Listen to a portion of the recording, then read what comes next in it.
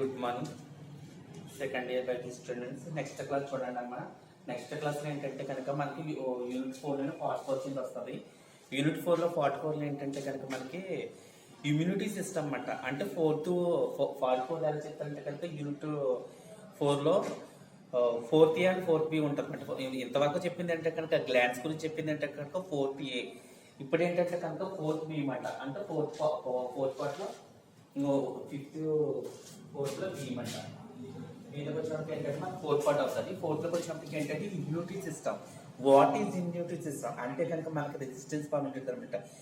అంటే హ్యూమన్లో ఉండేటువంటి immunity system గురించి చదువుకుంటాం. అయితే వాట్ ఈజ్ ఇమ్యూనిటీ అంటే రోగ నిరోధకత అంటే ఏమిటన్నమాట. అంటే నిరోధకత అంటే ఏంటి? ఏదైనా సరే హార్మ్ఫుల్ బ్యాక్టీరియా అండ్ వైరస్ మన బాడీలో ఎఫెక్ట్ అయిన తర్వాత వాటి మీద ఫైట్ చేసేసి తట్టుకునేటువంటి ఎనర్జీ కలిగినటువంటి మన బాడీలో ఉంటే కనుక యాంటీజన్ యాంటీబాడీస్ రెండు కలిసి ఏం చేస్తామంటే కనుక ఇమ్యూనిటీని తయారు చేయడం అనేసి అంటారు అనమాట. ఓకేనమ్మా. అంటే వ్యాధికారక జీవులు వ్యతిరేకంగా పోరాడే సామర్థ్యాన్ని అంటే వ్యాధికారక జీవులు వ్యతిరేకంగా పోరాడే అదితి లేదా జీవి యొక్క సామర్థ్యాన్ని రోగ నిరోధకత అంటారన్నమాట. అంటే వచ్చినటువంటి డిసీజెస్ తో మనం ఎప్పుడు మన బాడీలో ఉన్నటువంటి పోరాడుతూ ఉండాలన్నమాట. అంటే యాంటీబాడీస్ ఎప్పుడు కూడా పోరాడుతూ ఉంటే కనుక దాంట్లో ఏమంటారు మనకి రోగ నిరోధక శక్తిని తట్టుకునేటువంటి సామర్థ్యము ఉంటుంది అంటారన్నమాట. దాంట్లో భాగంగా ఏంటంటే కనుక మనకి హార్మ్ఫుల్స్ ఏంటంటే బ్యాక్టీరియా అండ్ ఫంగస్ వైరస్ అని చెప్పి ఇవన్నీ కూడా మన బాడీ నుంచి కూడా ఏంటంటే ప్రొటెక్షన్ ఇవ్వడానికి అనుకూలంగా ఉంటుంది అంటారన్నమాట. అనుకూలంగా ఉంది అంటారు. ఎప్పుడైతే ఇలా అనుకూలంగా ఉంటుందో మన బాడీలో ఉండేటువంటి రెసిస్టెన్స్ పవర్ అనేది ఏమవుతుందంటే పెరుగుతూ ఉంటారన్నమాట. The overall all ability of an individual fight against diseases pushing organs is called immunity అన్నమాట. ఓకేనమ్మా. అంటే ఇక్కడ ఏమవుతుందంటే కనుక the overall ability of an individual to fight against diseases occurring organism of diseases అన్నమాట. అంటే కనుక ఈ వ్యాధికారక జీవులు ఎప్పుడు పోరాడుతూ ఉండి దాంతో ఫైట్ చేసేటువంటి దాన్ని రోగ నిరోధకత అంటారన్నమాట. అంటే ఇమ్యూనిటీ అంటారన్నమాట. ఆ ఇమ్యూనిటీలోకి వచ్చినప్పటికీ మనకి ఏం చెప్పుకుంటారంటే ఫస్ట్ కూడా ఆ ఇమ్యూనిటీ సిస్టంలోకి వచ్చినప్పటికీ ఏంటంటే మనకి బి సెల్స్ గురించి అండి. ఇమ్యూనిటీ సిస్టంలోకి వచ్చినప్పటికీ ఏంటంటే కనుక మనకి ఫస్ట్ బి సెల్స్ అన్నమాట.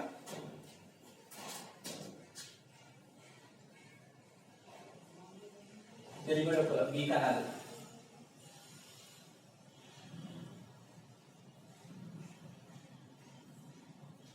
బి కణాల గురించి చెప్పుకుంటారు. ఈ బి సెల్స్ అనేది ఏంటంటే కనుక బి లింఫోసైట్స్ అస్థి మధ్య కాండం నుంచి ఉద్భవిస్తామట. ఇది ఎక్కడి నుంచి అంటే కనుక బి లింఫోసైట్స్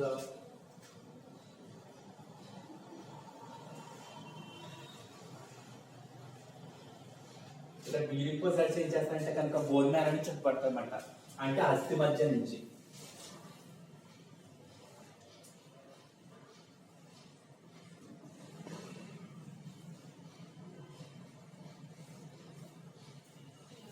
ఇక్కడ ఓకేనండి. ఇది బోన్ అనుకుంటే అస్థి మధ్య నుంచి ఏర్పడేటువంటి సెల్స్ ఏంటంటే కనుక బి సెల్స్ అన్నమాట. బి సెల్స్ అంటే బోన్ మ్యారో సెల్స్ అన్నమాట. లింఫాయిడ్ బి లింఫోస్ అస్థి మధ్య కాండంలో ఉత్పత్తి క్షీరదల అస్థి మధ్య భ్రూణంలో కాలేయంలో పక్షుల్లో బర్సాస్ ఫైబ్రేసి అన్నమాట. అంటే పక్షుల్లో కూడా వచ్చినప్పుడు బర్ఫాస్ ఫైబ్రేసి అన్నమాట. పరిమితి చెందిన బి కణాలుగా మారుతాయి. పరిమితి చెందిన బి కణాలు ఏం చేస్తాయంటే ప్రతిదేహాలను సంశ్లేషించి వాటిని అంటే ప్రతిజనకాలు ప్రతిదేహాలు అంటే అంటే యాంటీజన్ యాంటీబాడీ ఉంటాయి కదండి ఇక్కడ. అంటే పరిణితి చెందిన అంటే డెవలప్ అయినటువంటి ఇక్కడ ఏం చెప్పిన బి సెల్స్ అంటే బోన్ మ్యారో నుంచి ఉత్పత్తి అవుతాయి. ఉత్పత్తి అయిన తర్వాత ఏమవుతుందంటే కనుక అడల్ట్ స్టేజ్కి వచ్చినప్పటికి ఏంటంటే అడల్ట్ స్టేజ్ కాకుండా కనుక చైల్డ్ స్టేజ్కి వచ్చినప్పటికి ఏంటంటే కనుక ఇక్కడ నుంచి బోన్ మ్యారో నుంచి ఏమవుతుందంటే కనుక ఇక్కడ ఈ బోన్ మ్యారో నుంచి లింఫోసైట్స్ అనేది డెవలప్ అవడం జరుగుతుందన్నమాట. అంటే ఇక్కడ ఎప్పుడైతే డెవలప్ అయింది అక్కడ ఏమవుతుందంటే కనుక బి సెల్స్ ప్రతిదేహాలు అన్నమాట. అంటే బి సెల్స్కి వచ్చినప్పటికి ఏంటంటే కనుక యాంటీజన్స్ అంటే యాంటీబాడీస్ అన్నమాట. ఇక్కడికి వచ్చినప్పటికీ యాంటీబాడీస్ ఏం చేస్తారంటే కదా ప్రేరేపించి వాటిలో ఉండేటువంటి హిమ్యూనోగ్లోబిన్ అన్నమాట. అంటే ఐజీ అండ్ ఐజీడి అన్నమాట. ఇక్కడికి వచ్చినప్పటికీ ఏంటంటే ఐజీజీ అంటే కనుక హిమ్యూనోగ్లోబిన్ అన్నమాట. ఐజీడి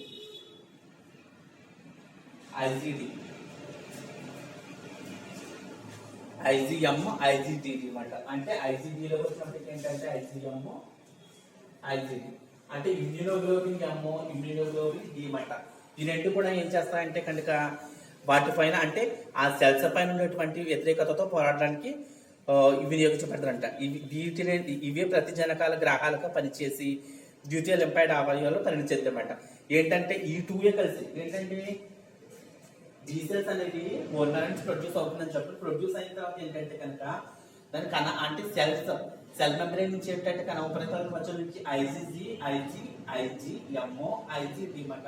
ఈ టూని ఏంటంటే ఈ టూ కూడా ఏంటంటే పరిణించింది అంటే డెవలపింగ్ అయిన తర్వాత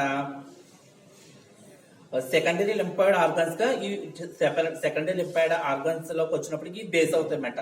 బేస్ అయ్యి బి సెల్స్ క్రియాశీల బి కణాలుగా మారుతాయి అన్నమాట. అంటే కనుక అవి పరిణితి చెందినటువంటి బి సెల్స్ గా మారుతాయి అన్నమాట. అంటే మెచ్యూరీ బి సెల్స్ గా మారుతాయి. అప్పుడు ఈ రెండు ఏమవుతుంది అంటే కనుక మెచ్యూరీ పరిణితి చెందిన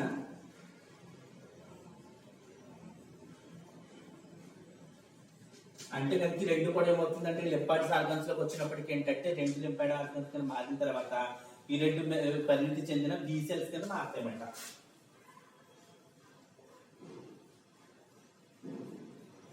పరిణితి చెందినటువంటి బి సెల్స్ కింద ఎప్పుడైతే బి సెల్స్ కింద మారిందో అప్పుడు ఏం చేస్తానంటే క్రియాశీలక ఆ తర్వాత ఇది ప్లాస్మా కణాలు జప్తి కణాలుగా మారుతాయి అన్నమాట.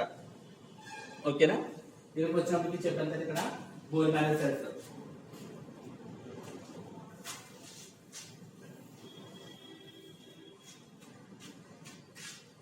ఇది రెండు కణాలుగా మారిపోతుంది. ఐజిజి ఐజిఎం ఫస్ట్ వన్ వచ్చినప్పటికి ఏంటంటే కనుక ప్లాస్మా సెల్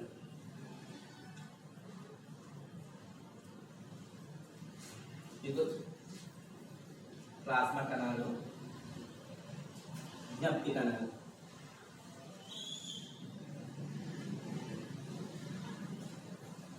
ప్లాస్మా కణాలు జ్ఞప్తి కణాలు ఇక్కడ ప్లాస్మా సెల్స్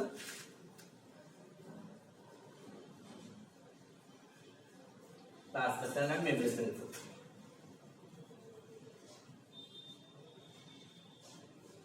ఓకేనండి, ఇక్కడ మనకు 2 టైప్స్ గా డివైడ్ అయిపోతుంది అనమాట.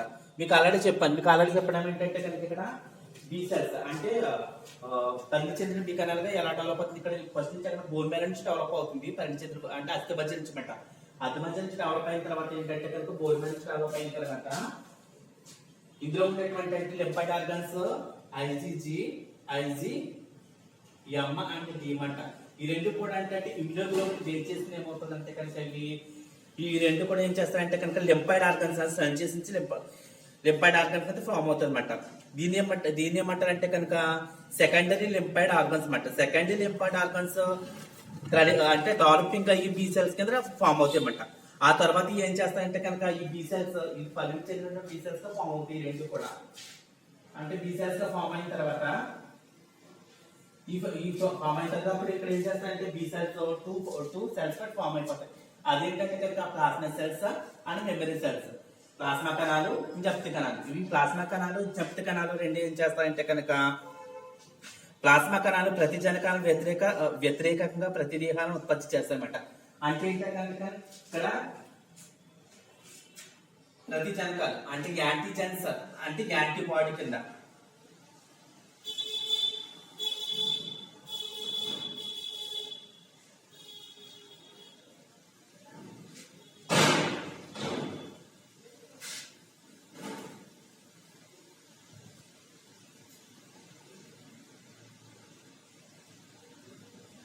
ఓకేనండి. ఇక్కడ ప్లాస్మా సెల్కి వచ్చినప్పటికి ఏంటంటే కనుక ప్రతిజనకాలు ప్రతిదేహాలు.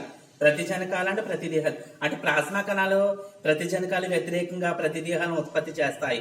కానీ జ్ఞప్తి కణాలు శ్వాసరస కణుపుల్లో కొన్ని దశాబ్దాల వరకు జీవించి ఉంటాయి అన్నమాట. ఏంటంటే కనుక లింఫాయిడ్ ఆర్గన్స్ ఏంటంటే కనుక అంటే 10 years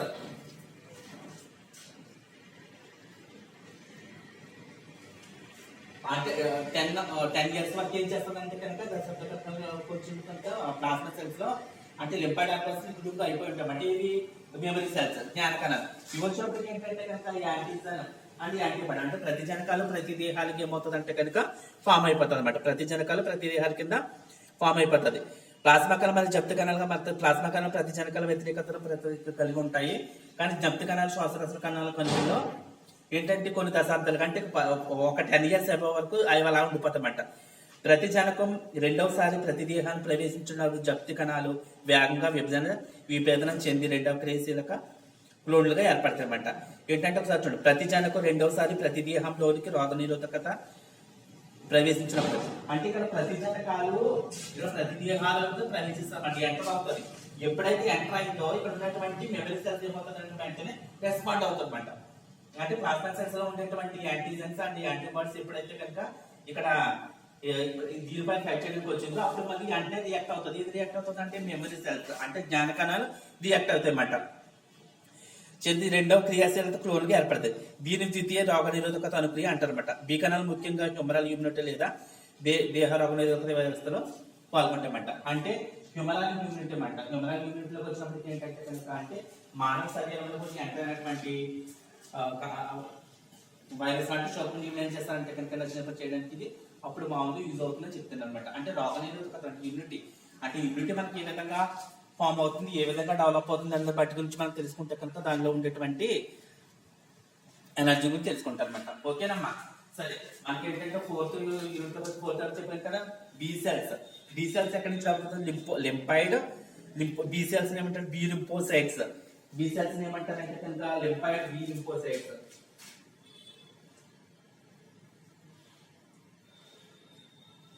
బి సెల్స్ ఏమంటారంటే బి లింపోసైట్స్ అంటారన్నమాట. లింపాయిడ్ ఆర్గన్స్ కదా, అంటే బి లింపోసైట్స్. బి లింపోసైట్స్ ఏమంటారంటే బి సెల్స్.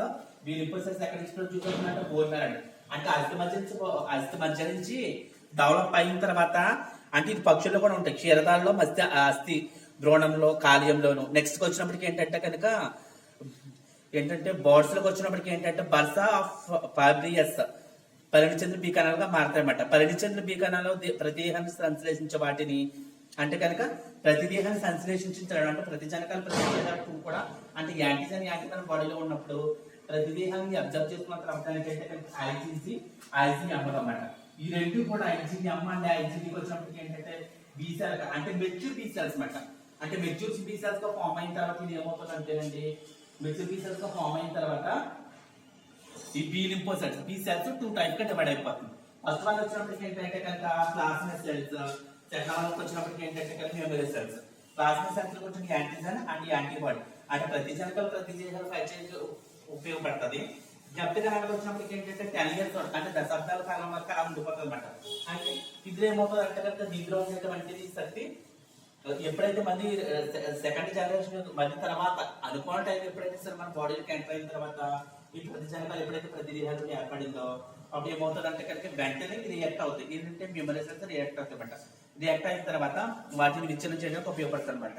ఉపయోగపడి రోగ నిరోధకతను ఏం చేస్తున్నారు? తగ్గిస్తున్నారు. అంటే బీ సెల్స్ ముఖ్యంగా హ్యూమరల్ లేదా దేహ రోగ నిరోధకతలో పాల్గొంటారన్నమాట. అంటే మన బాడీలో వచ్చేటువంటి ఇమ్యూనిటీ సిస్టమ్ మీద ఎంత దాని మీద డెవలప్మెంట్ తీసుకోవడానికి ఇది సరిపోతుంది అంటారన్నమాట. ఓకేనమ్మా, ఏంటంటే మనకి ఇమ్యూనిటీ సిస్టమ్ లోకి వచ్చినప్పటికీ ఏంటంటే ఇమ్యూనిటీలోకి వచ్చినట్టు బీ సెల్స్.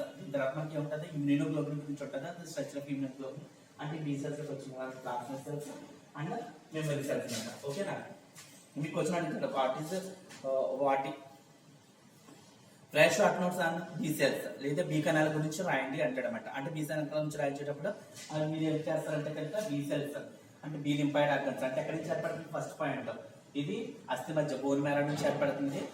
పక్షుల భ్రూణంలోను పెద్ద దశలోను. నెక్స్ట్ ఏంటంటే కనుక ఆ పక్షుల అస్థి మధ్యలో కూడా బర్సా ఫైబరస్ పక్షులంశలో కూడా ఏర్పడుతుంది. తర్వాత పరిణితి చెందినటువంటి పీకన్ అనమాట. అంటే పరిణితి చెందినటువంటి అంటే బోన్ మ్యారో ఏర్పడిన తర్వాత అంటే కనుక దేహ రోగ నిరోధకతలు ఉండేటువంటి కనుక ప్రతి దేహాలు ఐజీఎం ఉన్నాయి కదా, రెండు కూడా ఏంటంటే కనుక రెండు కూడా మిక్స్డ్ అయిన తర్వాత డీసెల్ గా ఫామ్ అవుతుంది. ఈ డీసెల్ గా ఫామ్ అయిన తర్వాత ఏమవుతుంది అంటేనండి ఇతర రెండు కణాలుగా పరిణితి చెందుతుంది అనమాట. ఫస్ట్ ప్లాస్మా కణాలు, మెమరీ సెల్ అంటే plasma cells and memory cells. ఈ ప్లాస్మా సెల్స్ ఏంటంటే యాంటీజన్ యాంటీబాడీ ప్రతి జనకాలు ప్రతి దేహాలుగా ఉపడుతుంది. మెమరీ సెల్స్ ఏంటంటే జప్తి కణాలు అంటే ఒక లింపాయిడ్ ఆర్గన్స్ లో అంటే శ్వాసరక్ష నాళాలు లింపాయిడ్ ఆర్గన్స్ అంటే లింపోసైట్స్ అంటారు.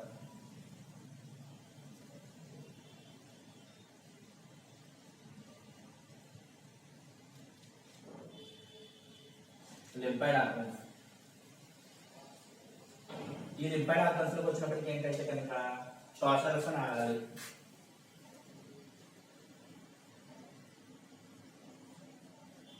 అంటే శ్వాసరస నాళాల్లోకి ఏం చేస్తారంటే 10 years వరకు ఉండిపోతాయన్నమాట.